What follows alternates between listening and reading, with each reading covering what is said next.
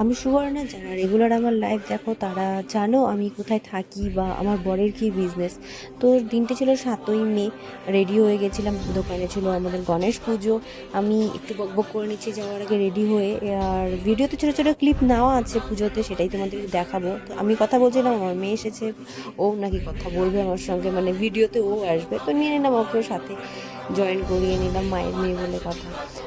তো রেডি হয়ে চলে যাব দোকানের উদ্দেশ্যে। আমি যাওয়ার ভিডিওটা আমি নেইনি, দোকানে গিয়েছিল, আমাদের দোকান ছোট্ট করে সাজানো হয়েছে, ছোট্ট করে পুজো করা হয়েছে। তো এখানে ছিল, অনেকেই ছিল দোকানে পুজো করার জন্য। আমাদের পুজো সম্পূর্ণ হওয়ার পর তারপর আমি ভিডিওটা নিয়েছি। এখানে এই গণেশ ঠাকুর, ওম গণ গণপতায় নমঃ, সবাই একটু বলে দিও, কমেন্ট না করলেও নিজের মুখে একটু বলে দিও বা মনেই বলে দিও। এখানে আমার মেয়ে পুজো করছিল, ও শঙ্খ বাজানোতে খুব ইন্টারেস্ট দেখাচ্ছে কিছুদিন থেকে, আমি বুঝতে পারছি না, পুজো দেওয়াতে খুব ইন্টারেস্ট, ও পুজো দেবে। তো শঙ্খ বাজছিল, সেটা ছিল আমার মেয়ে, তার পাশে ছিল আমার ননদ, ছোট্ট ননদ, ও শঙ্খ বাজাবে, এই যে ও শঙ্খ বাজাচ্ছে, আর এটাও একদম প্রপারভাবে ও শঙ্খটা বাজিয়েছিল। তো আমরা খুব খুশি হয়েছিলাম ও শঙ্খ বাজানো দেখে, আর পুজোতে এত ইন্টারেস্ট দিচ্ছে, আমরা এত খুব খুশি।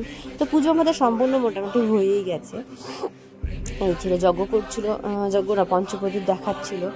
আর এরই মাঝে আমিও একটু ভিডিও করেছি, এই যে ছোটো ছোটো রিলস করার জন্য আমি ভিডিও করেছিলাম, যদিও সেই শর্ট ভিডিও আমার দেওয়া হয়নি এখনও, আমি এতটাই অলস।